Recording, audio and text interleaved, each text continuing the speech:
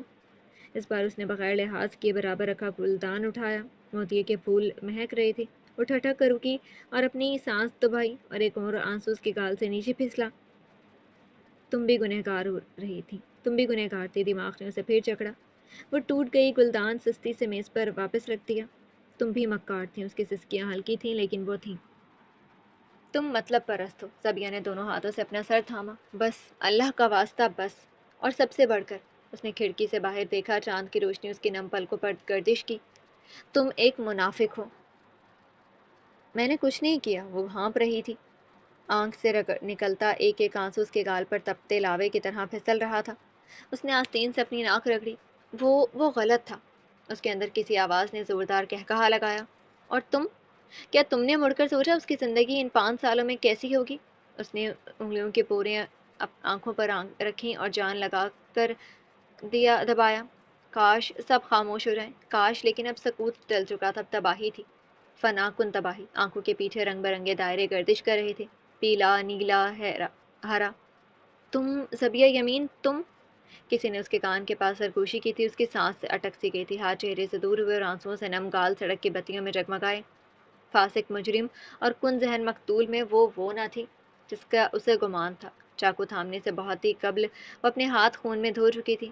رابع آدم وہ نہ تھا جس نے اسے زبیہ یمین بنایا تھا، وہ زبیہ یمین تھی جس نے رابع آدم کو بگاڑا تھا۔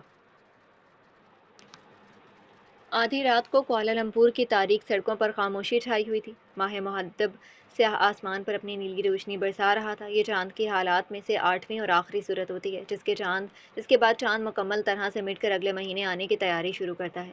اگلے ماہ کا چاند اس کے لیے کیسا ہوگا زبیہ سوچنا بھی نہیں چاہتی تھی۔ خضار کی لاش کو اس نے بڑی پلاسٹک کی تھیلیوں میں قید کر کے ڈکٹ ٹیپ سے بند کر دیا تھا۔ زبیہ کو حیرت تھی، وہ یہ سب کیسے کر رہی تھی اور کس ہمت سے؟ اور کہیں نہ کہیں فخر بھی۔ کوئی مجھ سے پوچھے میں نے لاش ٹھکانے لگائی ہے، پھر اس نے فوراً کانوں کو ہاتھ لگائے۔ نہیں بھائی، کوئی کچھ نہ پوچھو۔ اس کا لاؤنج روم سے جس خاموشی سے اس بوری کو گھسیٹا گیا تھا، اس پر وہ خود اپنے ہاتھ چوم سکتی تھی۔ اوپری منزل پر مقیم عقائر کے کمرے کی بتی بجھی تھی، سوائے ہلکی طلائی روشنی والے نائٹ بلب کی۔ اس نے بغیر سانس لیے لاش کو لاؤنج کی وسعت سے کھینچا اور پھر دروازہ کھولنے سے قبل باہر سر نکال کر گلی میں جائزہ لیا۔ سڑک پر امبر لائٹ چل رہی تھی، نیم پیلی چمک میں ہر سو ٹیڑھے میڑھے سائے جھول رہے تھے۔ سیاہ ہڈی اور ہمرنگ بیس بال کیپ پہنی لڑکی نے دروازہ ٹک کی آواز کے ساتھ کھولا اور 2 قدم باہر لیے، لیکن کچھ سوچ کر رکی۔ کندھے کے اوپر سے پیچھے دیکھتے اس نے مدھم روشنی میں قید اس بینگلو کو دیکھا جہاں وہ 5 سال پہلے دلہن بن کر آئی تھی، لیکن کبھی مالکن نہیں بن سکتی تھی۔ وہ گھر نہیں تھا، صرف ٹھکانہ تھا۔ زبیہ کی شادی نہیں ہوئی تھی، بس اس کی رہائش کی جگہ تبدیل ہو گئی تھی۔ پہلے وہ باپ کے گھر میں باتیں سنتی آئی تھی، جب وہ نہیں رہی تو زندگی اس کے شوہر نے لے لی۔ ماں کی کمی نے اسے ضرورت سے زیادہ پر امید بنا دی ہے۔ وہ خوش رہا کرتی تھی، اچھے کی امید کرتی تھی اور برے کو بھلا دیا کرتی تھی۔ اس کی زندگی میں ہمیشہ سے کم لوگ تھے، یہی وجہ تھی اس نے اپنے لیے کوئی معیار تعمیر نہیں کیے تھے۔ جو ملا مل گیا، جو گیا چلا گیا۔ گھر کے ساتھ بنی کیاری کی اوٹ میں چھپا کوئی جھینگر کو آیا تو اس کا ٹرانس ٹوٹا۔ وہ سیدھی ہوئی اور فروری کی رخصت ہوتی ہوا میں ایک سانس خارج کی۔ اب وہ قدم آہستہ آہستہ نیچے اتار رہی تھی۔ غزال کی لاش ابھی دروازے کے کنارے پر پڑی تھی۔ اس نے لیٹکس دستانوں میں چھپی لرزتی انگلیوں سے چابی پکڑے گاڑی کا دروازہ ان لاک کیا تو گاڑی کی ویلکم لائٹس جل بجھ ہوئیں۔ ٹرنک کا دروازہ کھول کر وہ واپس مڑی اور گردن جھکائے دروازے تک آ گئی۔ کالی تھیلیوں میں پیکڈ لاش کو سیڑھیوں سے نیچے کھینچتے اس نے خاموشی کا خاص خیال رکھا تھا۔ دشواری ہوئی تھی تو اس بوری کو ٹرنک میں چڑھانے میں، لیکن وہ کامیاب ہو گئی تھی۔ اندر پڑی بے جان بوری ایک پل میں ہی ڈھہ گئی تھی۔ زبیہ نے اس کے اتنا پاس ہونے پر ناک اپنی انگلیوں سے چھپائی۔ موت کی بو بے آرام تھی۔ سب ٹھیک کر کے اس نے اچک کر دروازہ واپس بند کیا، پھر ڈرائیور سیٹ کی طرف بڑھ گئی اور لیٹکس میں قید انگلیوں سے ہینڈل کھولا۔ ہونڈا سٹی کے اندر اب 2 نفوس تھے، جن میں سے جیتی جاگتی واحد وہ تھی۔ بہت سکون سے کلیدی اگنیشن سوئچ میں لگائی اور آن کی جانب موڑ دی۔ اس سارے عمل میں اس کی بھوری آنکھیں خالی تھیں، ایک دم ویران، لیکن دل اور دماغ مسلسل ایک جنگ کر رہے تھے۔ اسے اپنی حقیقت پر نہ رونا آتا تھا نہ ہنسنا۔ وہ اس سب سے اتنی جلدی آرام دہ کیسے ہو گئی تھی؟ نم ہوا گاڑی کے کھلے شیشے سے اندر آئی تو اس کی ہڈی میں ڈھکی زلفیں چہرے پر اڑی۔ سیٹ بیلٹ اپنے گرد کستے اس نے نہ چاہتے ہوئے بھی پرانے لمحات کو یاد کیا تو پیچھے لیٹے اس کا شوہر کے زندہ سلامت چہرہ اس کے سامنے ہنس پڑا۔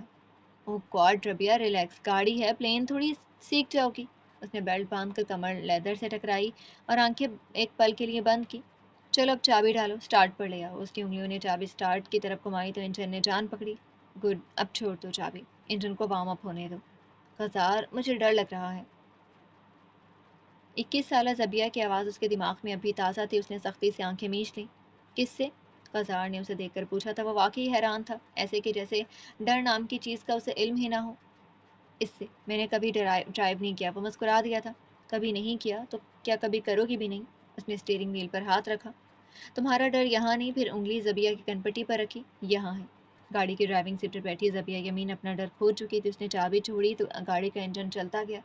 اپنے الٹے پاؤں سے کلچ کو دبایا اور سیدھے ہاتھ سے گیئر تبدیل کیے، پھر آہستہ سے کلچ چھوڑتے پیر ایکسلریٹر پر عاجز کیا۔ اس کی زندگی کی گاڑی آگے چل پڑی۔ بکت ناناس ریزرو جنگلات کی اکبی سڑک پر خاموشی کا پہرا تھا۔ کوالالمپور کے بلند و عرفہ اسکائی اسکریپرز کا منظر یہاں سے دور دراز تھا۔ ان کی چمچماتی بتیاں ہر سو پھیلی ہوئی تھیں، تاریکی کے جال میں قابض نظر آتی تھیں۔ یہ اس شہر کا فطرتی نخلستان تھا جہاں جنگلات کا حاشیہ شہری دوادش سے جڑتا ہے، جہاں اساتذہ زمرد پھلیاں آسمان کو چومنے کے عزم سے اپنی جڑیں توڑ کر اگتی ہیں، جہاں کی ہوا میں کھاد کا گاڑھا پن پل پل محسوس کیا جا سکتا ہے۔ سنسان سڑک پر سفید ہونڈا سٹی کے پہیے جا رکے۔ اندر بیٹھے نفس نے ہاتھ بڑھا کر گاڑی کا انجن بند کیا۔ اب کی ہوا کو پہلے سے زیادہ گہرے سکوت میں استعمال دیا گیا تھا۔ نرم چاندنی پر اوپر تنی سبز پھلکساری کی اوٹ سے ٹھن کر اتری تو اندر بیٹھی ڈرائیور کی بھوری آنکھیں چوکس نظر آئیں۔ زبیہ نے نچلا ہونٹ سخت سفید دانتوں کے درمیان پھنسایا ہوا تھا۔ بھوری رنگت خشک ہوئی پسینے سے بھیگ رہی تھی۔ اس کی لیٹکس میں ڈھکی انگلیاں اسٹیئرنگ وہیل پر جمی تھیں اور نظریں شیشے کے باہر ہوتی کارروائیوں کو جانچنے میں مصروف تھی۔ مگن ساتھ ہی اس کا چوکھا تھا اور ساتھ اس کا زیرہ بختر۔ باہر کی دنیا میں ٹڈے اپنی ہم آہنگی پر جھوم رہے تھے۔ کسی الو کی پکار بھی آپ کو جنگل کی جانب للکار رہی تھی۔ آخر کار اندر نشست لڑکی نے دروازہ کھول دیا تو کناروں پر بنے کلابے کرکرائے۔ چوکنی حرکات کے ساتھ اس نے قدم اسفالٹ کی ٹھنڈی سڑک پر اتارے اور آس پاس نظر دوڑائی۔ وہاں سناٹا تھا۔ وہ اپنے ٹوپے کو اوپر کی کھینچتے گاڑی کی طرف پچھلی طرف بڑھ رہی تھی۔ چاند کی روشنی تلے بستہ وہ ہریالی کا منڈپ شہری تابش اور بھگدڑ سے ایک وقفہ پیش کرتا تھا۔ یہاں آ کر اپنی روزمرہ کی زندگی کو فراموش کر دینا آسان نہیں تھا۔ آسان تھا، نہ جانے زبیہ کیوں کر نہیں کر پا رہی تھی۔ اس نے کی فو پر بٹن دبایا تو ٹرنک کے مکان کی کلک کی آواز پوری بستی کو سنائی دی۔ سیاہی میں ڈوبے وجود نے سہم کر آس پاس سر موڑا۔ گھنا جنگل اس کا استقبال کر رہا تھا۔ آہستگی سے ٹرنک کی چھت اٹھتی گئی اور اندر موجود اشیاء سے دونوں کا تعارف ہوا۔ کالی پلاسٹک تھیلیوں میں لپٹا وجود اور اس کی ہتھیلی پر پڑا ایک بیلچہ۔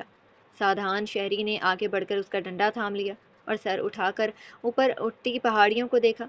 زبرجد گہرائیوں میں اخفا ایک زندان اور زبیہ اسے موت سونپ رہی تھی۔ وہ جنت کے پھولوں میں نہائی ہوئی وادی اور وہ اسے اپنی جہنم کا ٹکڑا بخش رہی تھی۔